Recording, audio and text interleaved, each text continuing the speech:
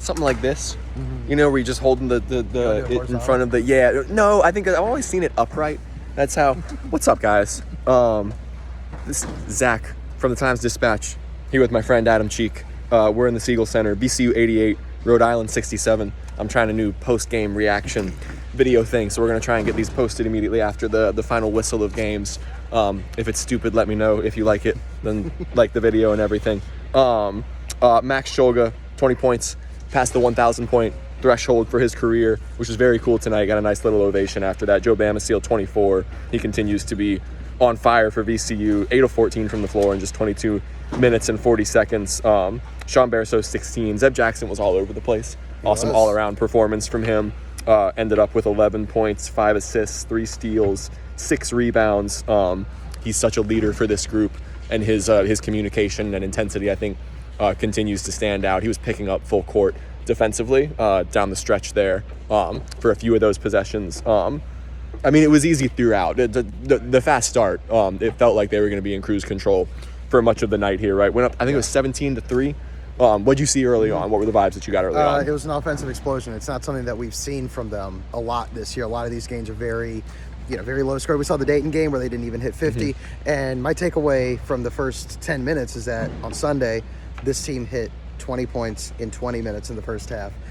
And it took them 10 minutes to get to that here. So I was like, are we going to hit triple digits? What's going to happen here? They didn't, but they got to 88. They came close. And like you said, Joe, 24, Max is 20, a bunch of guys in double digits. This was huge for them, I think, going into Saturday's game, not just because it's a rivalry game, but because you're going into those last few games, that home stretch. I was hoping for the century mark as well. Yeah. That would have been fun. Haven't seen that since Mars Hill, right? The exhibition? Was that the last time they hit 100? Yeah. I think so. Alcorn State, they got up into the 80s against Alcorn State, right? I think. But certainly one of their best offensive performances of the year, one of the best all-around performances of the year. I mean, they were solid on the defensive end, especially in that first half, right? And I think they got a little lackadaisical in the second half.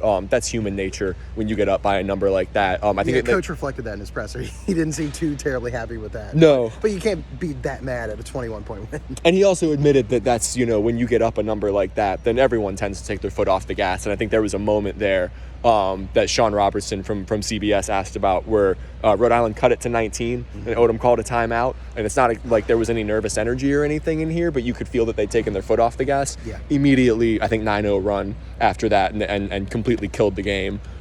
It's a game where it felt like they could have easily gotten to 100. Yes. They just came up just a little bit short. The efficiency but they could have gotten there. They could have got there, absolutely, if you keep your foot on the gas for the whole way. I thought David Green was really good, is the one guy that stood out for Rhode Island, right? He had 16 points. Coming into the game, he was the danger guy. He's only played 14 games this year, but he was shooting 50% from three coming in. So, I mean, he played well, but there's not, an assignment to really point to that VCU missed. Dubsky for Rhode Island was kind of their only spark, right? He started hitting some threes there in that second half. A couple guys with 9, but all of them in double or single digits except for David Green.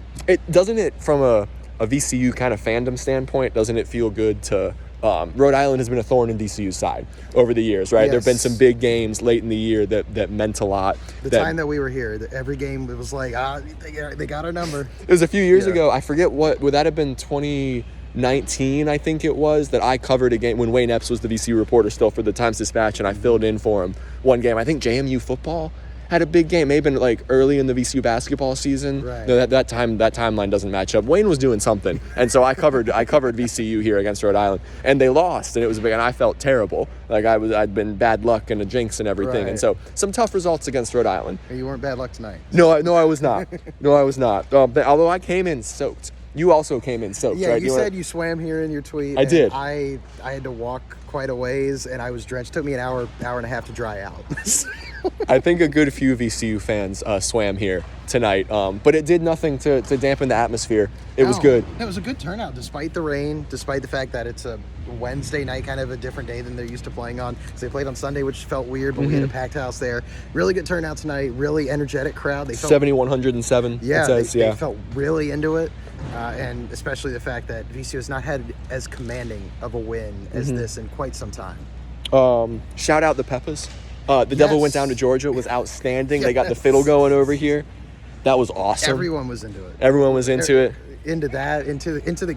I think the thing I noticed with the Devil Went Down to Georgia, which shout out Ryan Kapashi, just did such a great job coordinating that. They're so good. But when it was done, the Peppas, the dance team, the cheerleading team, the fans, all of us here in general were just like, we witnessed. Everyone was greatness. interacting with it. Yes. Absolutely. Biggest smiles on everyone's faces. I believe Nicole is the name of the fiddle player. Okay. I apologize if I have that wrong, but I gonna wrote check with about Ryan it on that. earlier in the year. She's amazing. Max Scholger with 1,000 points, right? That was cool. And Huge he milestone. Huge milestone. And he needed it he could have made a free throw, I think, here when he had a one-on-one and he made the front end. And I saw half the arena took their phones out and recorded. And I took my phone out and recorded. CK, who's sitting over there right now, said he had the graphic ready to go and everything. And so I think everyone felt like they jinxed Max, who's an automatic free throw shooter too. And he just happened to miss one for 1,000. But it was awesome for it to come on the three in the corner there. He's so good with the up fakes. One of those great ones where just the slight little subtle up fake, let his man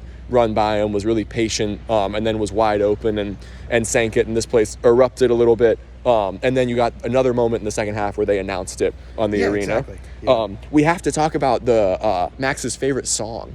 Yes. If you haven't seen this More Than a Woman yet. by the Bee Gees? Yes, More Than a Woman by the Bee Gees. If you haven't seen this yet from the press conference, every VCU player has a song that they play in the locker room to celebrate afterward if they were the player of the game. Mm-hmm. And Max was the player of the game here, and his song is More Than a Woman by the Bee Gees. Yeah. And so I think everyone thought that was pretty good. Coach Odom thought that was pretty good. I was going to say, even Coach Odom seemed a little baffled by it. He did, yeah. We need more backstory here. We do need more backstory. I need a Max Scholger interview about the Bee Gees.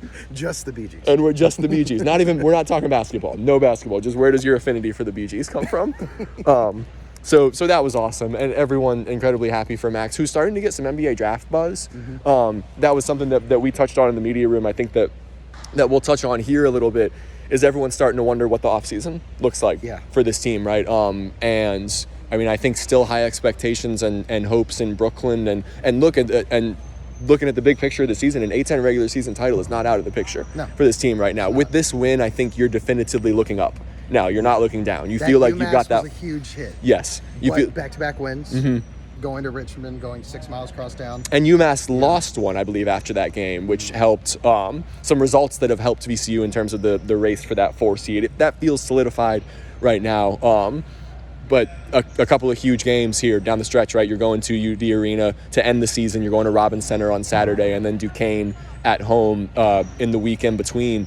If VCU were to win out, then you own the tiebreaker over Dayton and Richmond. And you'd be equal with them, I believe, in the loss column, right? Just beat them. You don't need help. So if VCU wins out and Loyola loses a game, then VCU is the regular season A-10 champs, I believe. Which is insane to think about. That is like the fact that that loss against UMass last week, super deflating. It's like being on VCU Twitter and seeing all that stuff, super deflating. But then Sunday, big win. Tonight, big win. Richmond rivalry game. Then we got the home finale against Duquesne, and then away against Dayton, right? On next Friday, week. So yeah. Those are 3 huge games to end the season for different reasons. And if you win out, there you go. Given how this team started conference play, that's wild. In almost March, we're a day away from March. Are we hours away from March? No, we have one more day. It's leap year. It's a leap year. You got one more March 20 or February 29th. Don't get ahead of it. Still sounds weird. But no, that's still in front of them, and to an extent, they almost control their own destiny, right? I mean, you'd need help from Loyola. But that's wild to think about, that this team with 3 games left to go in the regular season is still in the picture for an A-10 regular season title. And shout out to the bench tonight too, because like Fats hit a 3 late, which those was only points, but that was pretty cool to see. Bell put in 10 minutes. Rose with 3:22, same as Fats, exact same duration on the floor for them. Jason Nelson was all over the place.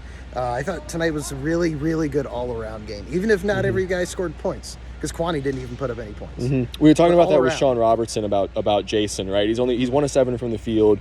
He only scored 3 points, but he affected the game, man. He did. There's a reason he plays 25-57 in a game that he only scores 3 points. 5 rebounds, which is really impressive, obviously, given Jason's stature. 3 assists, a steal, a block. I think he had one of those chase down steals that he's so good at. Both him and Zeb are great at just being able to kind of sneak up behind a guy in transition and use your quickness to pick the pocket. And he had one of those late in the game. But yeah, let's close the close the loop on that discussion about the offseason. For sure. Obviously, a busy week coming up here, but people have started to speculate about Sean Bairstow, Kwani Kwani are both out of eligibility, I believe. So they're the only two that are not going to be back next year. Aside from that, you've got a good few guys who are going to be making decisions. Max Shulga is getting NBA draft buzz. I think everyone at this point probably expects him to go through that process, at least, and take a look at the NBA and what his interest is. Rams in the pros, exactly. Shout out Vince Williams, who's been awesome for the Grizzlies this year. And then people are nervous about Fats, because he's not playing a lot right now, and everyone's scared that an incredibly talented hometown kid whose first season at VCU was really shortened by an injury, and who hasn't had much of a chance outside that Penn State game to make a big impact, for his hometown team, a program that he obviously loves, and a lot of that is tied to his affinity with Richmond. It'd be really sad if he went, but obviously with the playing time right now, there's something that he's not doing that Ryan wants more of. And I think people are nervous about that heading into the offseason. But think they retain that core next year outside of if all those guys leave? Do you think they still retain the Joe Bam core, Jason, Toby, all those guys? I can't see Joe leaving after everything that he's on his fourth school. Right. His family is here. The eligibility battle. I'd be shocked if Joe left, and maybe that's naive of me, but I've got to think that he's finally settled on some stability. I just talked to him after the game. He seemed perfectly happy. He seems incredibly happy, right?